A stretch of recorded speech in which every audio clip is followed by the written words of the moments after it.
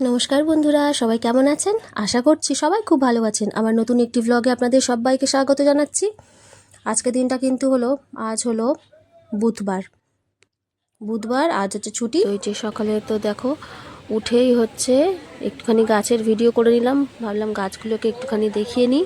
এই আমার গাছের অবস্থা, এই যে একটুখানি ফুল ঝরে গেছে আর কি, এদিকে যে ফুলের ডালটা ছিল সেটা ঝরে গেছে, আর এইটা কিন্তু রয়েছে এখনও, সেই ফোটা অবস্থাতেই যেটা কিনে এনেছিল সেইটা কিন্তু এখনও রয়েছে। আর এই সাদা ফুল গাছটা এটা দেখো আরও কিন্তু কুড়িগুলো ফুটতে শুরু করেছে, এই দেখো আরও কটা কুড়ি আছে সেগুলো ফুটছে, আর একটা ফুল কিন্তু ফুটে আছে। দেখি গাছটা কত বড় হয়।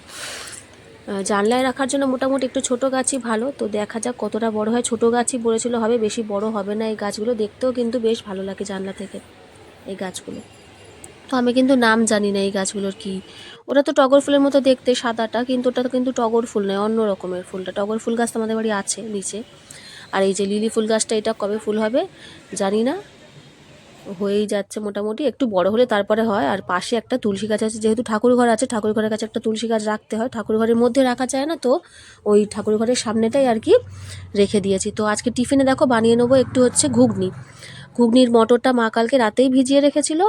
তো ঘুগনি সবসময় আমি কিন্তু এই যে আদা বাটা দিই, আর হচ্ছে তেজপাতা আর গোটা শুকনো লঙ্কা, কখনো আমি কাঁচা লঙ্কা দিয়ে করি না, কেন না ঘুগনিতে হচ্ছে গোটা শুকনো লঙ্কাটা আর এই তেজপাতা দিয়ে একটা সুন্দর গন্ধ হয়, সেন্ট। খা দেখি কিরম খাচ্ছিস দেখা, তারপর সামনে দেবো। বাহ বাহ,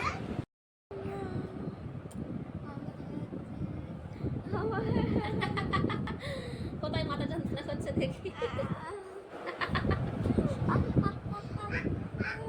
ও হাসছে দেখ, হচ্ছে দেখ, দিলাম তো একটুখানি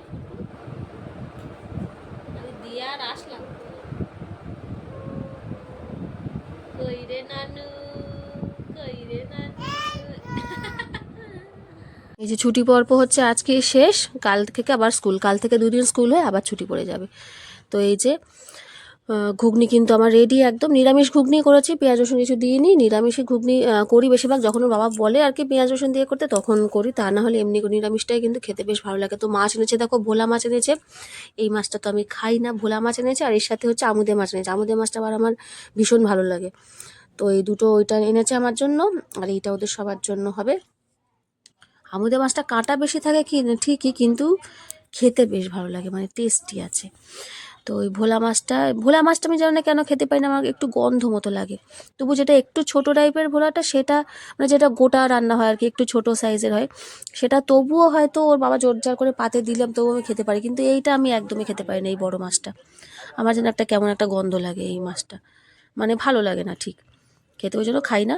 ওই রান্না করে দিয়ে ঝাল করে দেবো এই মাছটা, শুধুই করবো, কোনো রকম সবজি টবজি কিচ্ছু দেবো না, শুধুই পেঁয়াজ রসুন দিয়ে আর কি, পেঁয়াজ রসুন আদা দিয়ে ঝাল বানিয়ে দেবো। কারা ঘুগনি খাচ্ছে রে, কারা ঘুগনি খাচ্ছে? এই তেম্মে তেম্মে তেম্মে, সামনে না হলে উনি বুঝতে পারে না যে ওনার ভিডিও হচ্ছে। ওকে দেখতে হবে, ওকে ওকে দেখতে হবে। কে খাচ্ছে এটা? ডুগু বাবু, এটা ডুগু বাবু খাচ্ছে। হ্যাঁ, ডুগু বাবু খাচ্ছে। তো এই যে রান্না করেছি আজকে, এই জামুদিয়া মাছটা ওই ঝালের মধ্যেই একসাথে দিয়ে দেবো। আজকে কলমি শাক ভাজা হয়েছে, ডাল আর এই মাছের ঝাল হয়েছে, আজকে অন্য কোনো রান্না হয়নি, আর পটল ভাজা হয়েছে, বেশি কিছু রান্না করিনি। তারপরে মানে যে খাওয়ার ভিডিও করবো সেই ভিডিওটা কিন্তু আর করা হয়নি, খেতে বসে খেয়ে নিয়ে উঠে চলে গেছি। এরপরে দেখো অনেকটা সময় চলে গেছে, সন্ধে হয়ে গেছে, সন্ধেবেলায় সন্ধে দিয়ে নিয়েছি। এদের দুই বোনের এই যে খুনসুটি চলতেই থাকে এদের, সারাক্ষণ খেলাধুলো। হাতি হাতি পাপা, হাতি হাতি পাপা, ইয়া। আর আমি তোর পায়ের উপরে দাঁড়াই। সন্ধেবেলা দেখো এখানে চা করে নিচ্ছি, মার জন্য এই যে লিকার চা করছি, আদা দিয়েই করি কিন্তু, লিকার চা বলো দুধ চা বলো, আমি কিন্তু আদা দিয়েই চাটা করি, আদা না থাকলে তখন খুব মুশকিল হয়ে যায়।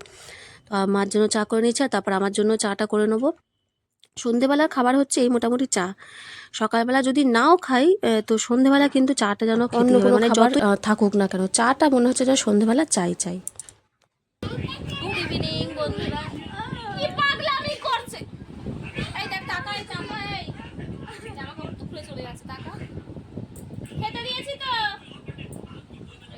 চা নিয়েছি একটু, বিছানাতেই বসেছি, কোনো কাগজপত্র কিচ্ছু পাইনি, এমনি নিয়ে নিয়েছি পেপার। চাদরটা এমনি তুলতে হবে আজকে, জন্য নোংরা হয়ে গেছে। সন্ধে বাজে এখন 7টা, হ্যাঁ 7টাই বাজে, 7টা বাজে তো, 7টাই বাজে।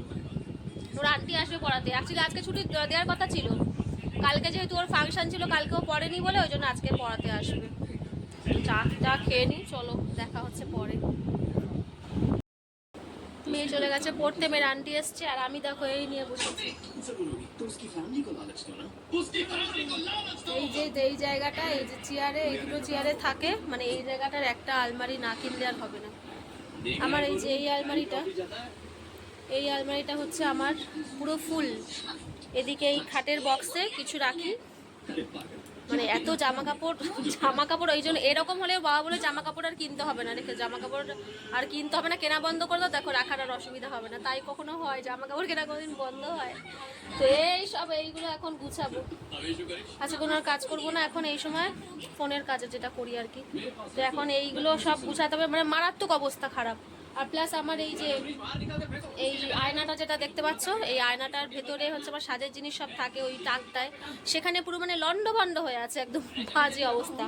জামা কাপড়গুলো গুছিয়ে উঠে যদি সময় থাকে তাহলে হচ্ছে ওই জায়গাটা গুছাবো। তো চলো গুছিয়েই নিই, কথা বললে আবার দেরি হবে, আবার এই কাজগুলো হচ্ছে দেরি হয়ে যাবে তখন। চলো, পুরো 1 ঘন্টা লাগলো আমার এটা হচ্ছে গুছাতে। এই যে সব গুছিয়ে দিয়েছি, এই যে পুরো ফাঁকা করে দিয়েছি। এই যে ওখানে একটু পুটলি রেখেছি, এইগুলো হচ্ছে কাচতে হবে। আর কিছু নিচে দিয়ে এসছি, অনেক জামা কাপড় বেরিয়েছে কাচার, অনেক। আর কিছু বেরিয়েছে যেগুলো পরাই হয় না, ইউজই করা হয় না, সেগুলো দিয়ে দেওয়া হবে, দেখি কি করা হয়।